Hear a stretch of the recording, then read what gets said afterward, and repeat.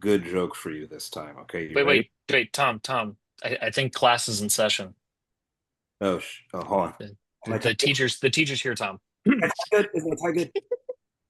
Okay. Miss Sky, welcome to Give Us the Launch Codes. Yay! And to our audience, welcome to Give Us the Launch Codes. Happy to be here, and our special guest today, a middle school teacher.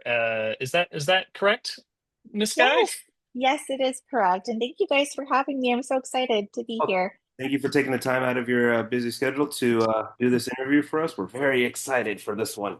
Yeah. We love to do on the show, as our listeners know, we love to talk to people about their jobs because we realize nobody else does that.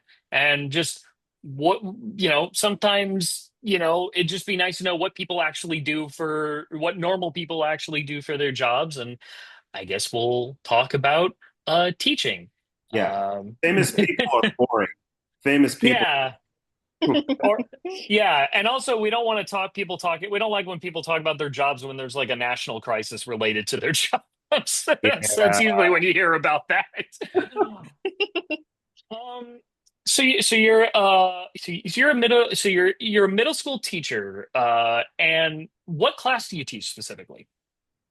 Well, I teach currently, I teach theater, theater intro, theater production. That's my advanced class. And then I also teach leadership and yearbook. So I have four different classes that I teach.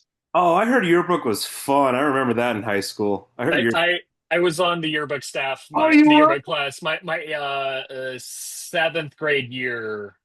I think it was seventh grade. Yeah. I did. It's so much Um, fun. I bet. yeah. So you're okay. First of all, what is leadership class? I don't, what is that like what is that? I've never heard of that. It's kind of like a baby ASB class. So if kids are interested in getting involved in ASB when they get to high school, it's a great segue for them to take leadership at their school.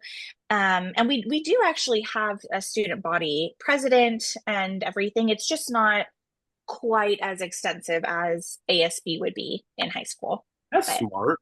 That's smart. So you learn like early management skills and stuff like that. mhm. Okay, that's cool. I've never heard of that, but obviously Tom and I are jazzed about the theater thing because well, you already know. We won't explain how you know us for your privacy, but you already know. I do know.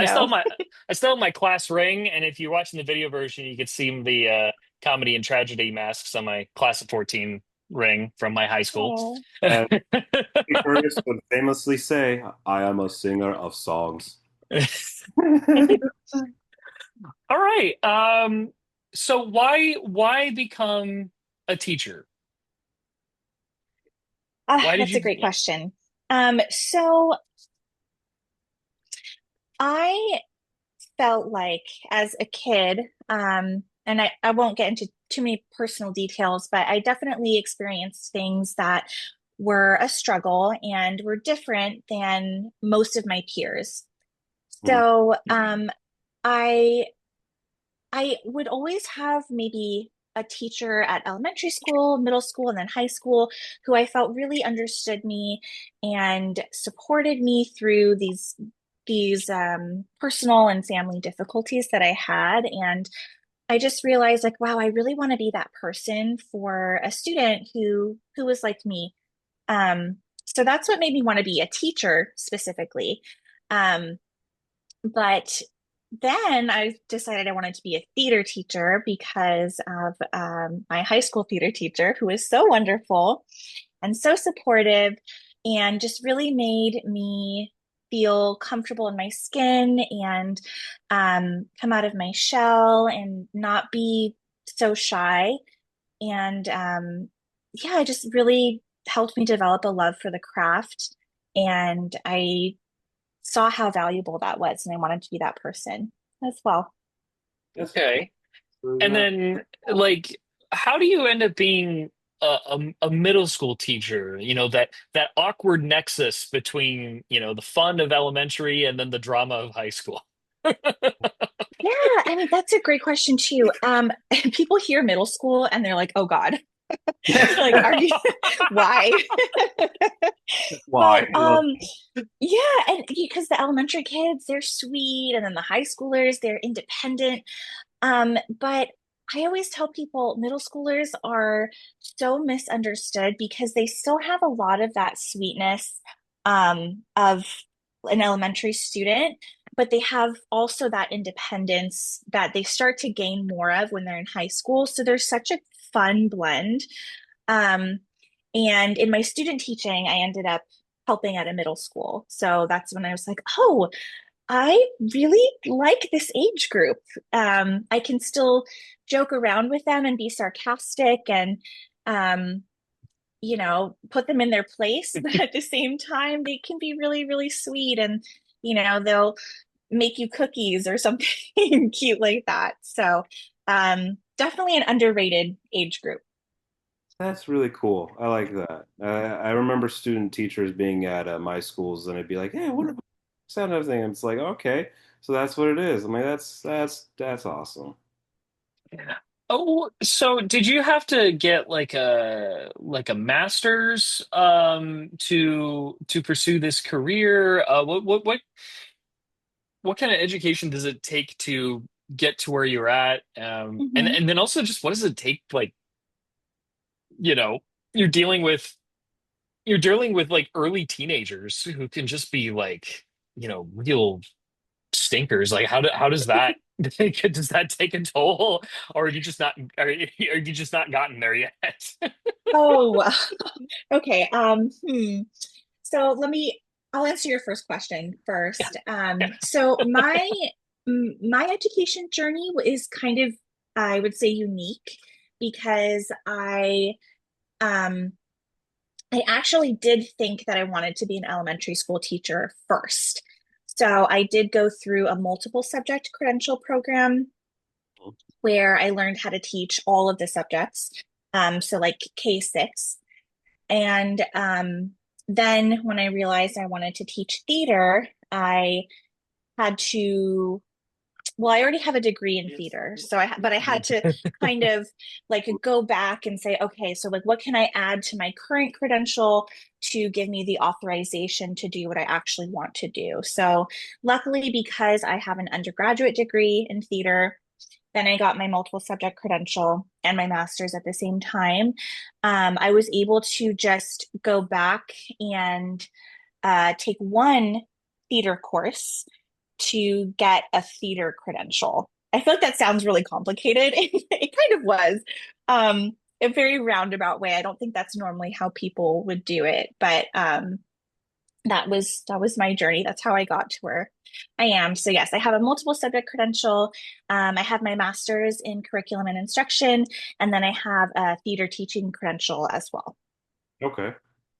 Are you since you're taking more than just since you're excuse me teaching not taking teaching Mhm. more than just theater was is that like is that like a is are you were those other two classes like a compromise in order to justify having a teacher position? I've heard of some schools where it's like they can't just have like a sole theater teacher. The theater teacher also has to teach like this course and this course because Oh, budget and stuff.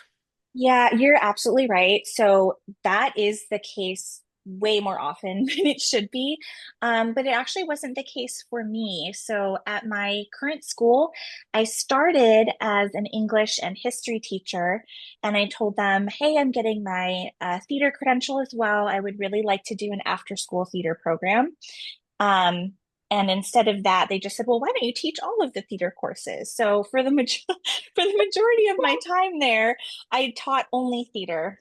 And then a couple years ago, I became the chair of my department for electives. And Nice. thank you so much. Um, Nice. big dog. Yeah. I did pass that on since now I'm going to be home for a little while. But Mhm. yeah, so I was the chair for a couple years, and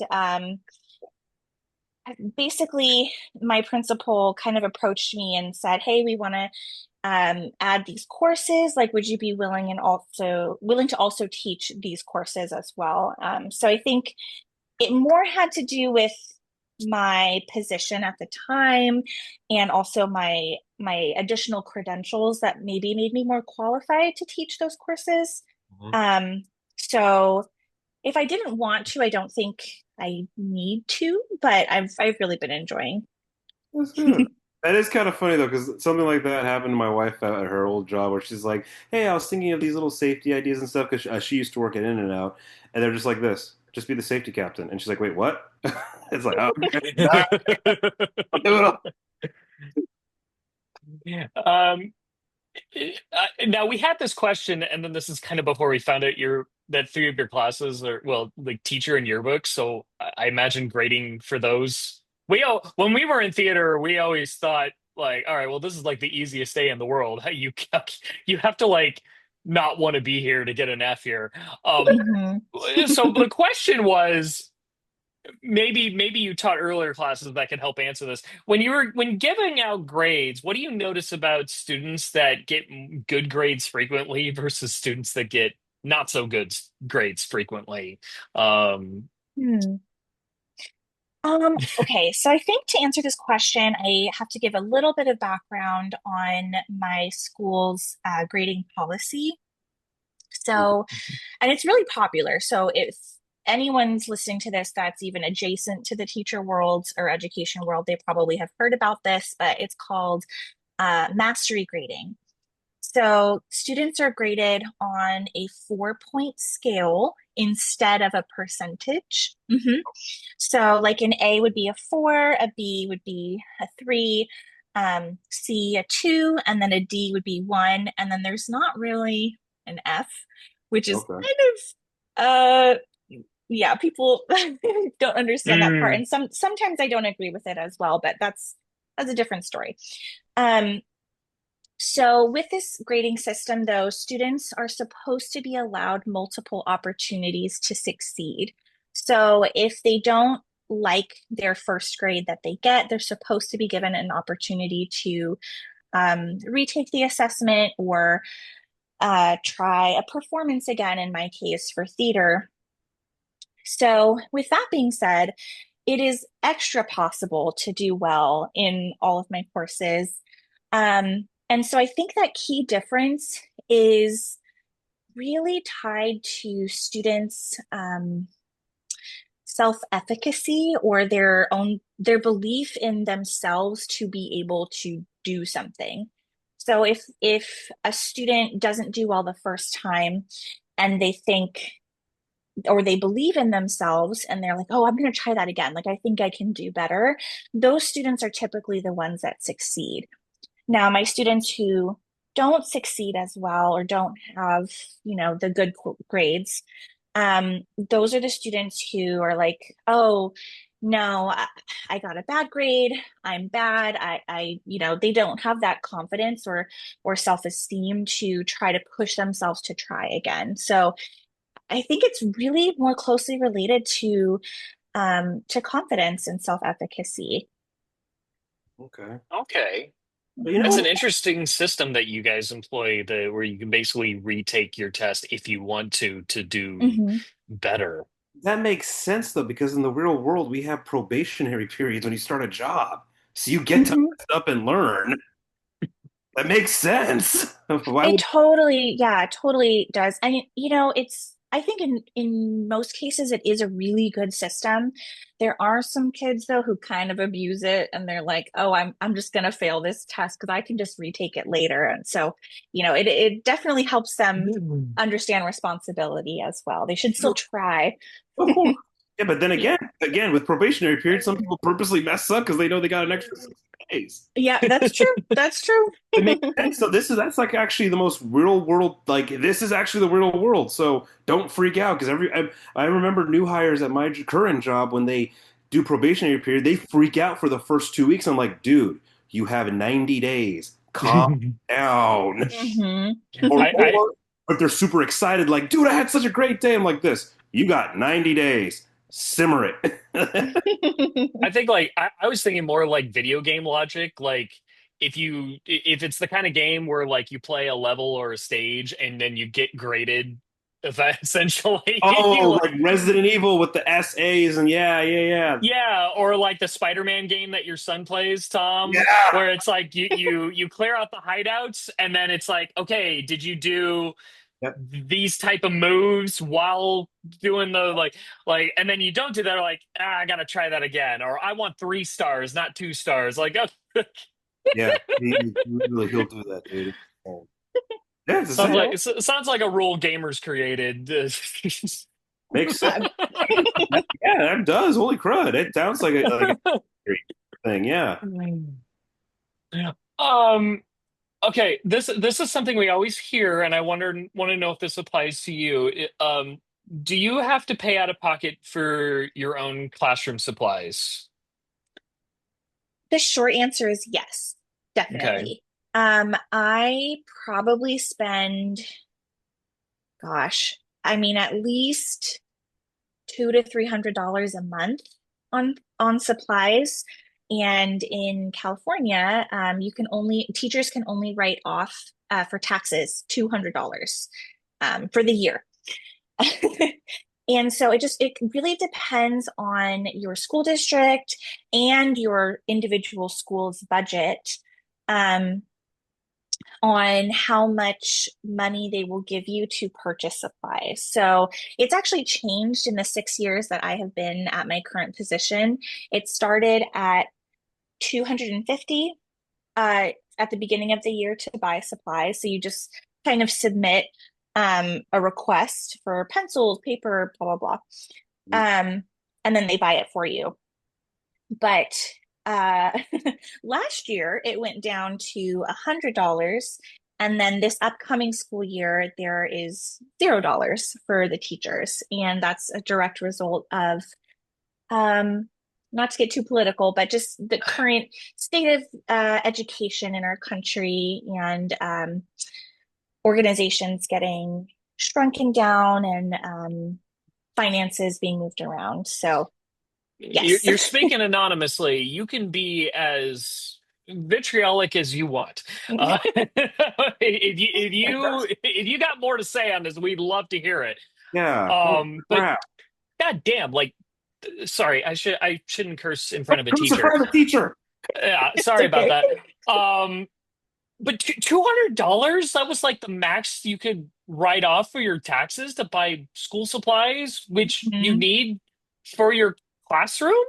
Yeah, I What? easily spend $200 on pencils, maybe for like 2 months. Because kids, they're kids. They break the pencils or They're lose kids. them, or yeah. I could buy like 10 paperback trade paperback comics at my local comic book store. Well, no, 9, because I got to think about sales tax. Yeah. Which okay, that might sound like a lot, but we're talking about classroom supplies. Good Lord. hmm It's really tough. That's Yeah. Oh. that's four of like the black spines from my manga. Oh my God.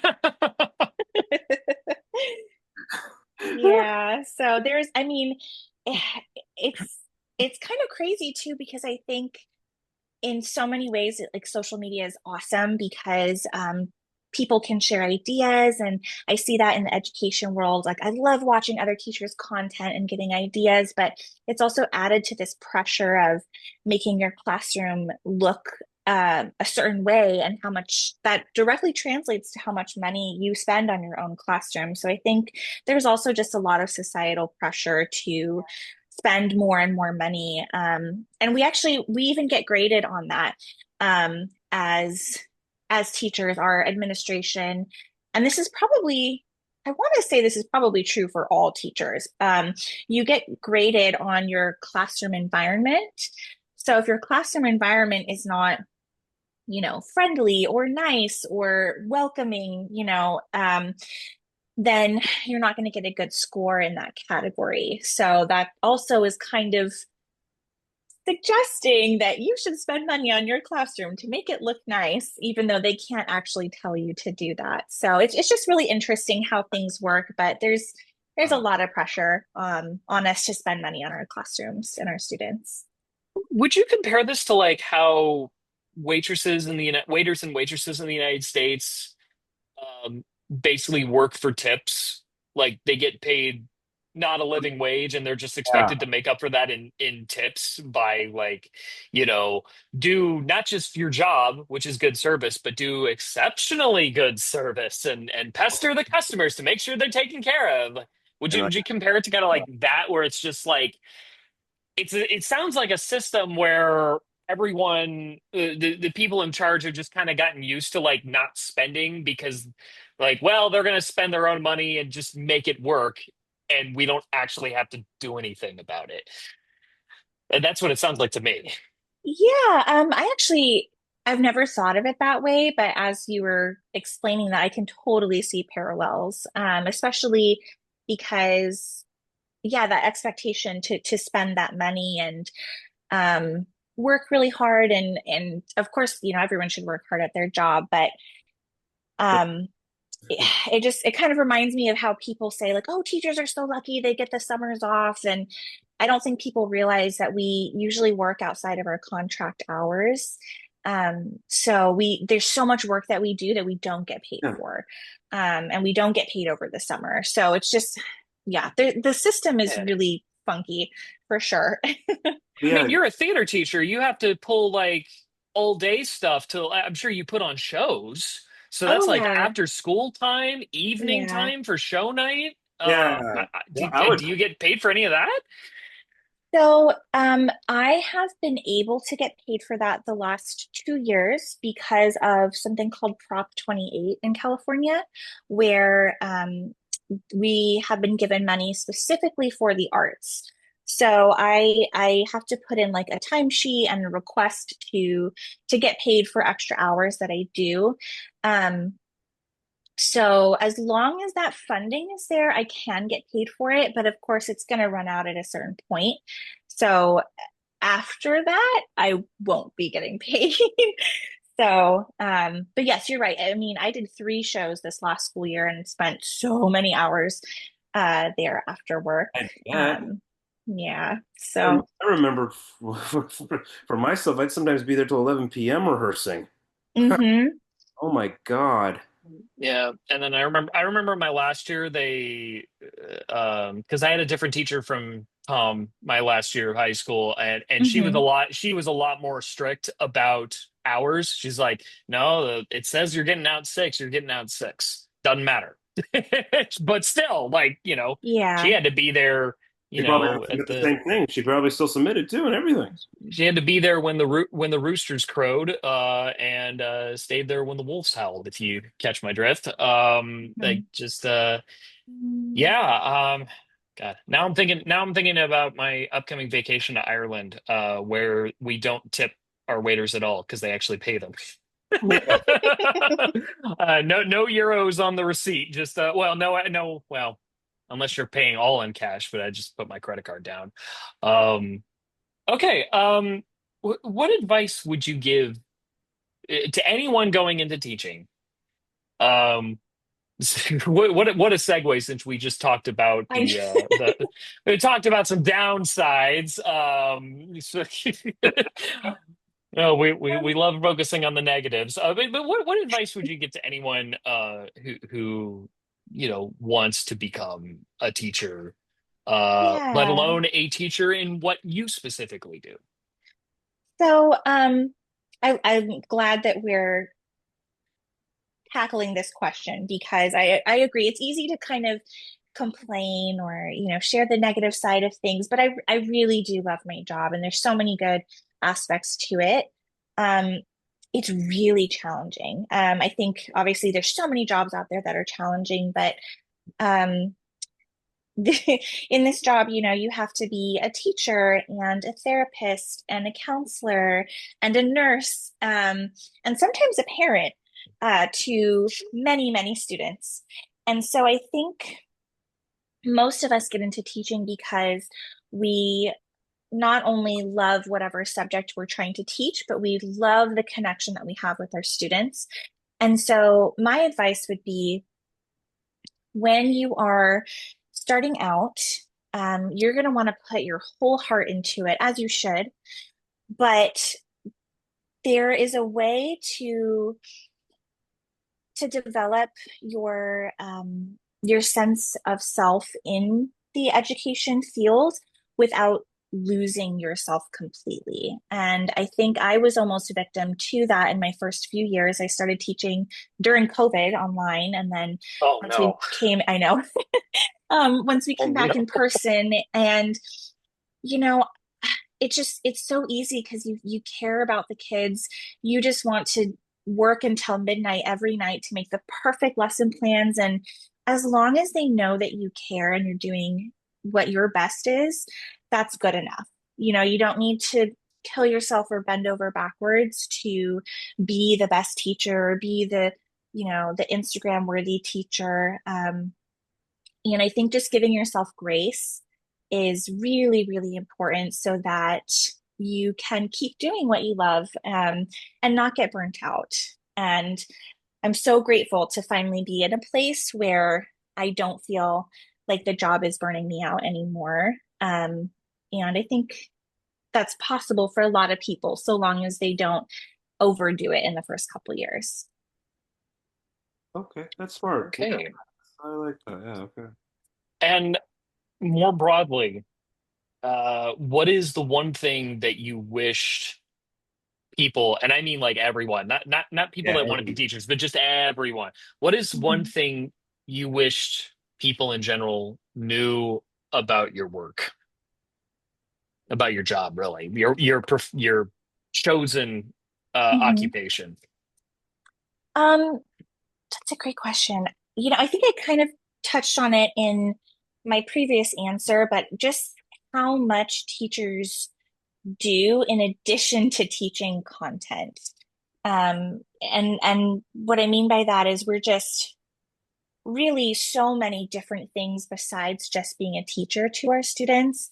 And I wish that people knew that and respected the job a bit more for that reason.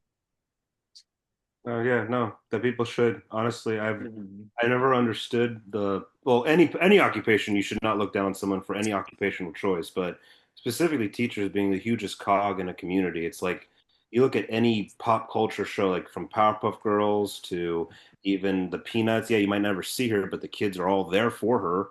And then even other small teachings, like there's a movie called War for the Planet of the Apes, and while the apes are evolving, one of the orangutans is literally teaching a class of 30 little chimps because it's like, no, no, no, you're going to learn the alphabet. And, and at the same time, yes, you can't hear him because they're still grunting, but he's like, hey, look at me here, sit here, sit, look, look. It's like, yeah, because it's an important job. You're literally looking after the next generation, and it can either go really good for us in 30 years or really bad. Hmm. Okay. Any advice for Tom now since his oldest is starting transitionary kindergarten now? Oh, that's so Any exciting. any advice for him as Yeah. as a parent? Well, teacher to parent. Hmm. How to not turn Tom into one of those people that is like, you gave my son a bad grade. How dare you? Um, that's a great question. Um, Gosh, yeah, I mean, okay, there are some teachers out there that maybe should find other things to do because they let themselves get run down. But I would say for the majority of teachers, we do love our jobs. We do really want to be there. So always assume best intentions, even if it's not something that you personally agree with. And just, kids are kids and they will make many, many mistakes. And even if it seems like something you don't think your kid would do, if they have the influence of, 26 other kids in a classroom, they might make a bad decision. And that might be surprising to you. So, just like Travis's example, if your son made a mistake, I would say believe the adult in the room about what happened, even though your inclination might be to get a little bit defensive. And just know that we're all on the same team. Like we want your child to succeed just as much as you do. Is it okay though at the same time if I watched, like comedy movies with him, right? Like, even George Carlin's stand up, like that's fine, right? He won't repeat it at class. That's a personal decision for you, Tom. I know It's I know he really enjoyed Apocalypse Now, so I'm just saying. Oh no. Tony, you should put just the baseball versus football routine. I think that would go over very well. So you're not That's a saying what about the 7 words you shouldn't say on the radio? That's a what? Tom. He doesn't know what he's not going to know what he's a Gen Alpha. He's not going to know what a radio is. Oh, that's true. He has one in his room though. All right. No, patience is smart. No, you're right. You're right, Miss Yeah. Sky. Every parent should come in going like this. First of all, our kids are only special to us. They're not special to the world, kind of thing. Like, so listen Hmm. to the teacher. She wants the kid to do good. And also, too, you want your kid to also move up and kind of get out of that elementary school in at least 8 years. So it's like, yeah, like, listen to the teacher. Like, also, too, I bet people realize it's actually pretty easy to spot, like, those teachers who are like, why are you here then? Compared to, like, no, this Hmm. teacher actually cares. Every teacher cares on average. Wait, Tom, it doesn't take 8 years to get out of elementary school. What are you talking about? Yeah, it does. Oh, it depends on if you do K-8 or K-6. Yeah. So some elementaries include Okay. middle school, I was thinking like but K5. yeah. PK, kindergarten, and then first through sixth grade. Yeah. Okay, Oh, good. yeah, it depends on because pre-K is optional. But yes, kindergarten and then yeah. Oh no, yeah, You're Okay. right. we were told that it was optional. I'm like this. Nah, he can get out of the house for a bit. Yeah, no, it's good. I might have Uh, cried a little bit on the first day. Okay, I'll admit, I might have a little bit. Oh. all right. Tom, you wanted to do something fun for this half. Yeah, as we always do at the end of class for our interviews recently, we like to do a fun series of rapid fire questions after the big interview because we like to have we like the Colbert questionnaire. So it's like, hey, let's keep it going. He's not doing it anymore, but it's a fun questionnaire. So whenever you are ready, let's get it on. All right. I'm ready. Go ahead. What is the best sandwich?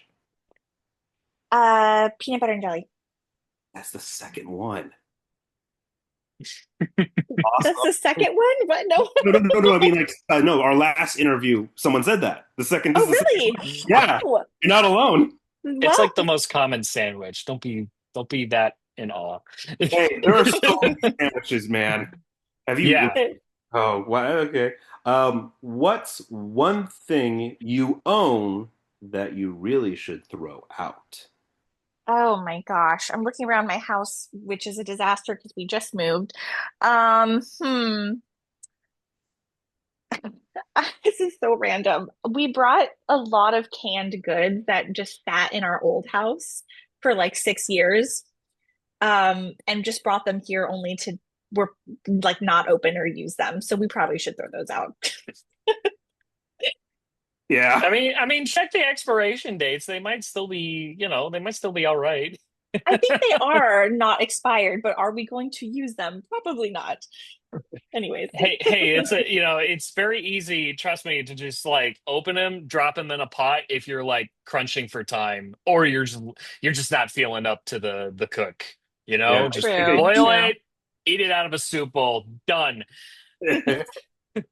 What is the scariest animal? Oh, um, That to that me, cute little dog in your photo. No, I'm just kidding. no. I very much dislike bugs, which are an animal according to my sister, because she studies bugs. No, So, that's correct. Yeah. yes, okay. I, Bugs, any kind Animals. of bug. I hate hornets and wasps and anything with a stinger that can fly. It makes no sense. It's not natural. It's evil. Just, They're very intimidating as well. yeah, it's all like, no, you like can sting me 20 times. Like, go away. You're just mean. Apples or oranges? Apples. Yeah. Oh, Stereotypical teacher answer. Ah. that's true. I didn't even think of that. Have you ever asked someone else for their autograph? I don't think so. I don't think so. I'm gonna say no because I Okay. can't remember. Yeah. In your opinion, what do you think happens when we die? Oh gosh. Nothing. It's so sad sounding, Love that. I know. Good. That's good. but Favorite action movie? oh, I don't know if I have a favorite, but I did just see the new Spider-Man movie and I thought it was very good. Oh, I heard that was action packed as heck. Yeah, it was really good. I really enjoyed it. All right, I because still haven't seen it yet. I do want to see it. I recommend, definitely. All righty. Window or aisle? I'll. I like that. Favorite smell? Vanilla. Ooh, vanilla is nice. Hmm. Mhm. Yeah, it is. I wish it tasted good, the extract, because it smells so nice. God. Yeah, I wouldn't recommend just eating it on its own. Yeah, I learned that one. Just do it straight from the bottle. It smells good. I tried it one time like years ago. I was like, oh God. What is then your least favorite smell? Currently, pickles. I Uh, don't like pickles in general, but for my baby shower a couple weekends ago, my mom ordered a bunch of pickles and they got left in my fridge in a big two actually gallon Ziploc bags. And Oh my my God. fridge, oh yeah, my fridge still smells of pickles and it has permeated everything. Oh no. Yeah, it's pretty bad. Um, I think I'm gonna have to empty the whole thing out. But oh, yes, pickles. Sorry, short answer, pickles. dang. All right. Oh, ooh. Your earliest memory. Um, Probably, huh. When I was when I was like 2 or 3, I was obsessed with pea soup, like the little green pea Okay. Yeah. mashed up. Hmm. And I ate it so much that one day I leaned over my stroller and I threw it up. And Yep. yeah, I must have been Insert exorcist probably joke here. yeah, that's probably what it looked like. So needless to say, I don't eat pea soup anymore. Um, All right. All right. Insert it. Insert. Um, cats or dogs? But I think we know the answer. no, that's actually so hard. I grew up with cats only. Oh, The dog in my picture was my first dog ever. Um, and I loved him so much. So think I think maybe dogs. Yeah, dogs, but I also love cats. I don't know. Pepper, I'm sorry, but Pepper's my cat. She's over here somewhere. Pepper just looked at you and was just like, what did you just say right now? Get lost, Pepper. All right, here's a fun one. So, and it's a little explanation. You get one song to listen to for the rest of your life. What is it? And by that, it means it's not going to be on 24/7, this one song. It's just whenever you feel the need or want to listen to music, it is going to only be this one song. Oh no. Um, oh my gosh. Okay. Probably I can't even say it. Probably the first song in the Hamilton soundtrack. Because every time I start listening to it, I just love that song and I sing along to all the parts. And I think I could actually not get tired of it. So, yes. Okay, for this one, you'll be Travis and I will both think of it. What number is Travis thinking of, and what number am I thinking of? And whenever you're ready. Okay, Travis, I think eight. Nope. Okay, wait, is this any number ever, or is it 1 through 10? This is any number. Any Oh my number. gosh. Okay, okay. Okay, so Tom, uh, I don't know, 6,427.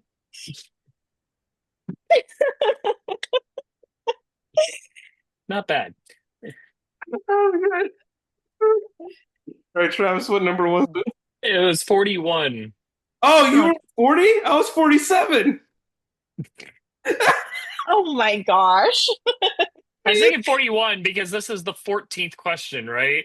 Oh, so you inversed it. So I Small. inverted it because the joke Oh, is it's usually question 14, therefore it's 14, so I just flipped it. But 47 is genius because Yeah. it's the number that Star Trek uses when they have to come up with a random number for something. And apparently there's like a weird subculture at Pomona College where one of the writers was from Yeah. about the number 47 and how special it is. It's worth looking up if you have the Yeah, it's crazy how that like everywhere in Star Trek 47. It's like a thing. time. you guys are revealing all of your secrets for your next guest. So they're gonna know what numbers you're thinking of now. All right. Well, I got another number. Well, it wasn't the same number as last time, Oh so yeah, it's different every time. Okay. Oh, it's different every time.